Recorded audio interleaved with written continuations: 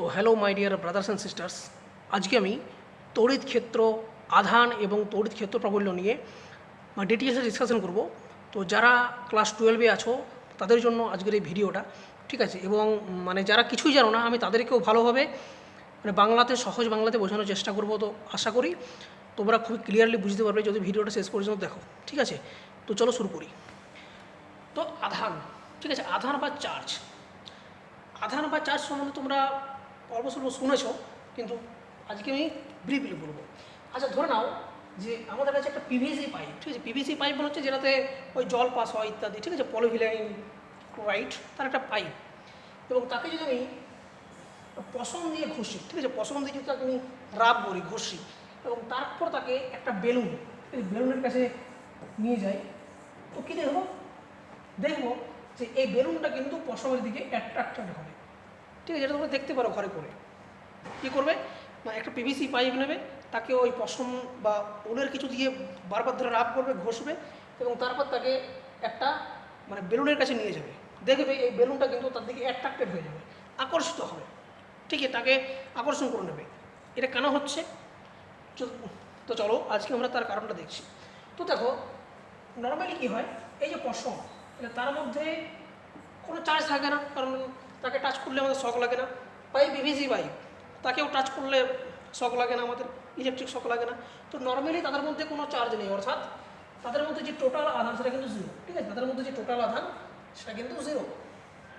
তো নর্মাল অবস্থায়, সাধারণ অবস্থায় তাদের মধ্যে যে charge, net charge total charge কিন্তু জিরো। কেননা তার মধ্যে যতগুলো তার যে অ্যাটমস আছে, তার মধ্যে যে অ্যাটমস আছে, এগুলো তার যদি অ্যাটম হয়, পরমাণু হয়, তো সেই প্রত্যেকটা পরমাণুর মধ্যে যতগুলো প্রোটন আছে, সেই ঠিক ততগুলো ইলেকট্রন আছে, ঠিক আছে। ফলে total plus charge equal to total minus charge. ফলে কী হচ্ছে যে তাদের মধ্যে কোনো চার্জ থাকে না, ঠিক আছে। টোটাল চার্জ জিরো, একটা প্লাস একটা মাইনাস। ইলেকট্রনে জানি ইলেকট্রন হচ্ছে মাইনাস চার্জ এবং প্রোটন হচ্ছে প্লাস চার্জ, এবং তারা একে অপরের সঙ্গে সমান মান, ঠিক আছে। ইলেকট্রনের চার্জ কত? ইলেকট্রনের চার্জ হচ্ছে -1.6 × 10⁻⁻92 কুলম্ব। আর প্রোটনের চার্জ কত? একটা প্রোটনের তার চার্জ হচ্ছে +1.6 × 10⁻⁻92 কুলম্ব, ঠিক আছে।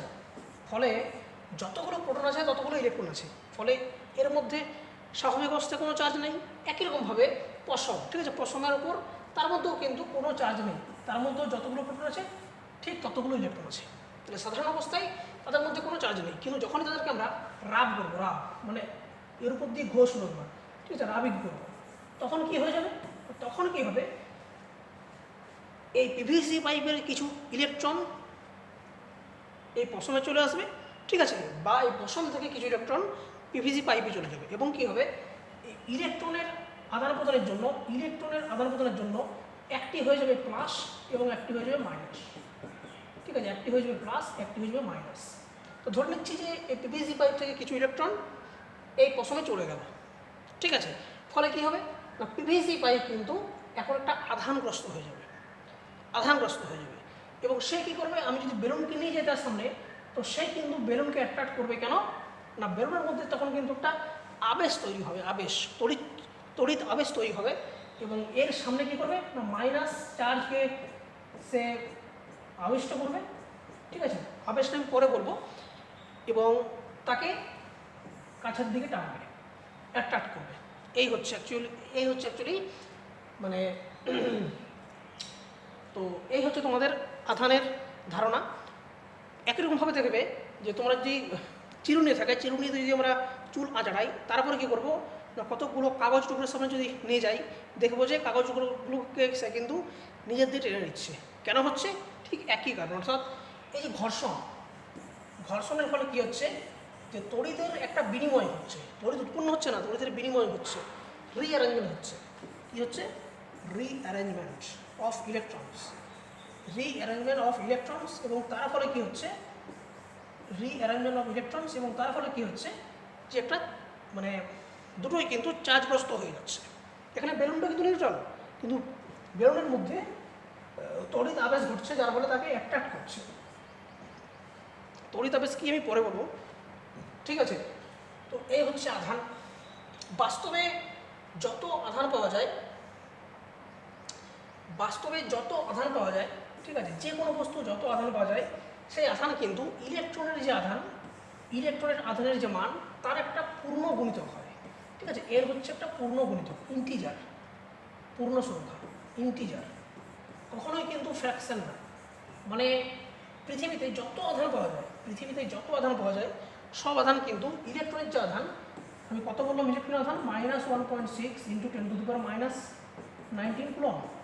তো তার যে মডিউলাস, তার মানের কী হয়, তার মানের একটা পূর্ণ গুণিতক হয়, ঠিক আছে। হয় 100, না হয় 110, না হয় 200 বা 3000, 1 ইত্যাদি আকারে এরকম হয়, কিন্তু কখনোই হবে না 1.5 এরকম, কিন্তু কখনোই হবে না, ঠিক আছে। তাহলে বাস্তবে যত আধান পাওয়া যায় সব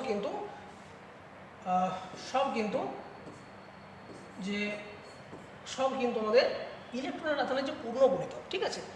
কখনোই কিন্তু ফ্র্যাকশন হবে না 2.7 বা 1.5, ঠিক আছে। অনলি কিন্তু পূর্ণ সংখ্যা হবে, সেটা মাইনাস হোক বা প্লাস হোক, ঠিক আছে, মাইনাস হোক বা প্লাস হোক ইত্যাদি আকারে, মাইনাস হতে পারে প্লাসও হতে পারে। তো বাস্তবে যত আধান পাওয়া যায় সব কিন্তু ইলেকট্রনের যে আধান তার মানের পূর্ণ গুণিতক, ঠিক আছে। একে বলা হচ্ছে আধানের কোয়ান্টায়ন, quantisation of charge, quantisation of charge বা আধানের কোয়ান্টায়ন, আধানের কোয়ান্টায়ন, আধানের কোয়ান্টায়ন, ঠিক আছে। মনে রাখবেন এটা কী বললাম, যে বাস্তবে যত আধান পাওয়া যায়, বাস্তবে যত আধান পাওয়া যায় সব আধান কিন্তু ইলেকট্রনের যে আধান তার পূর্ণ গুণিতক, ঠিক আছে। একে আমরা বলবো আধানের কোয়ান্টায়ন বা quantisation of charge, quantisation of charge, quantisation of charge, ঠিক আছে।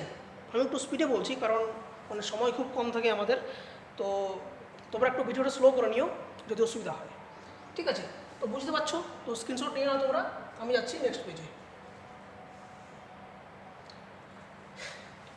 এরপর দেখো, যে ধরে নাও তোমাদের এই কোনো একটা জায়গাতে একটা চার্জ গিয়ে রাখলাম, ঠিক আছে, কোনো একটা জায়গাতে একটা চার্জ গিয়ে রাখলাম, একটা যে কোনো চার্জ কি, ফলে কি হবে সেখানে, সেই জায়গাতে কোনো কিছু চেঞ্জ হবে কি,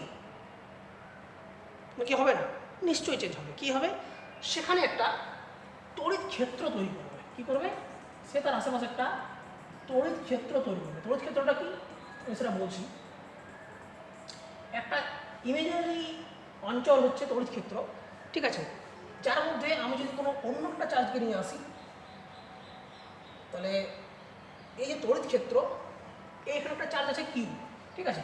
তো সে তার কী করবে, তার আশেপাশে এমন একটা অঞ্চল তৈরি করবে, অঞ্চল হচ্ছে একটা রিজিয়ন, এমন একটা রিজিয়ন তৈরি করবে যার মধ্যে আমি যদি অন্য কোনো একটা আধানকে আনি, যার মধ্যে আমি যদি কোনো একটা অন্য একটা আধানকে আনি, ঠিক আছে, তো দেখব যে এর অভ্যন্তরে কিন্তু তাকেও অ্যাট্রাক্ট করবে নিজের দিকে, আর এর বাইরে কিন্তু অ্যাট্রাক্ট করবে না।